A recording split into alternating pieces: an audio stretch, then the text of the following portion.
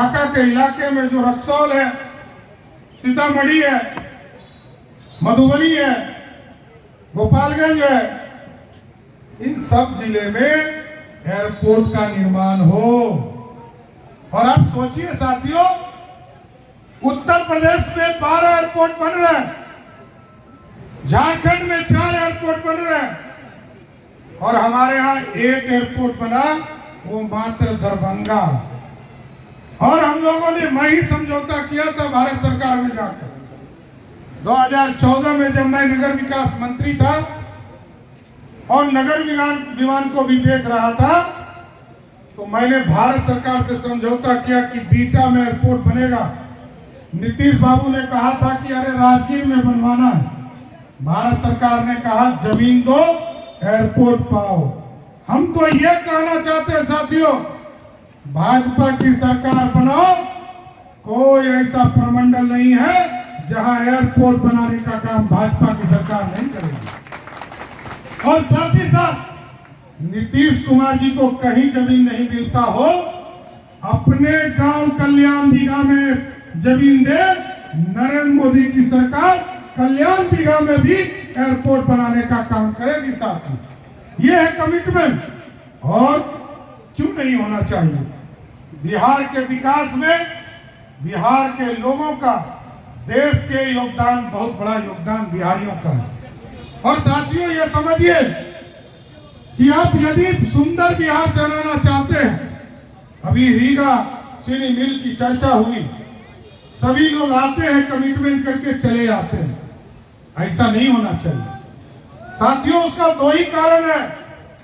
आप देखिए, अभी जब हम लोग सरकार में थे साथियों, तो हम लोगों ने 13 शुगर मिल को कन्वर्ट किया इथेनॉल फैक्ट्री में, और इथेनॉल का काम शुरू हुआ।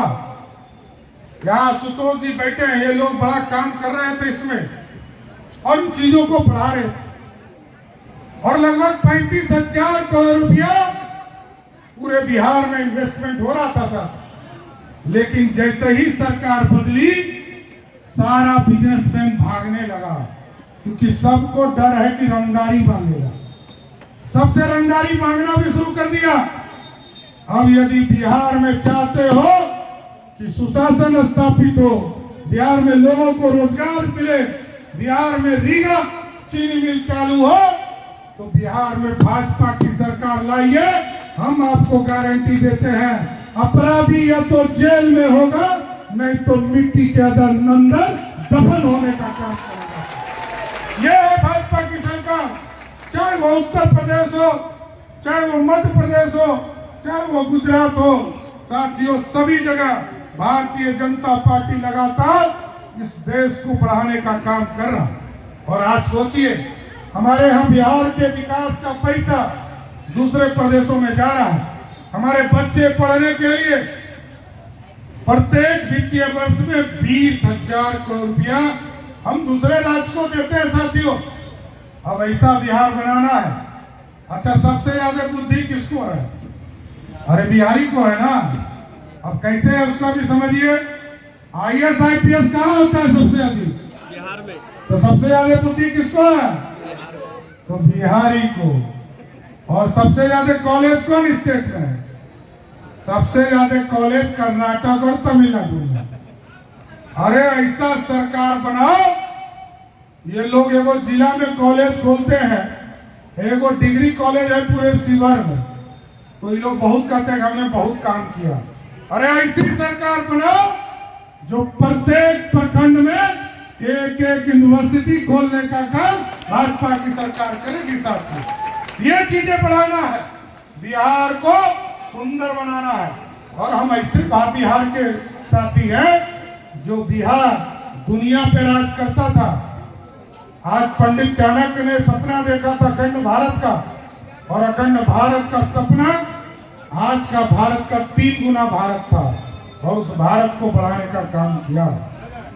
इसलिए आज शिवहर के लोगों को विशेष तौर पर धन्यवाद देते हुए, क्योंकि देखिए 2 चीज और याद कर लीजिए, हमको शराबी किसने बनाया? नीतीश कुमार। हमको शराबी किसने बनाया? नीतीश कुमार। अब उसका कारण बताता हूं साथियों। 2005 तक लालू जी और राबड़ी देवी मुख्यमंत्री थी और बिहार में शराब की दुकानें थी 987। लिख लीजिए 987।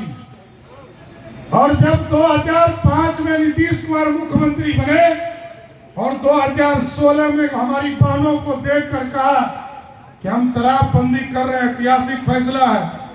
उस दिन शराब की दुकानें कितनी थी मालूम है? 11,000। बोले 11 गुना अधिक शराब पिलाया नीतीश कुमार ने। और नीतीश कुमार जी कहते हैं गर्व से कि मैंने शराबबंदी कर दिया। क्या शराबबंदी है? जी नहीं है, नहीं है। देखिए नीतीश बाबू, शराबबंदी नहीं है।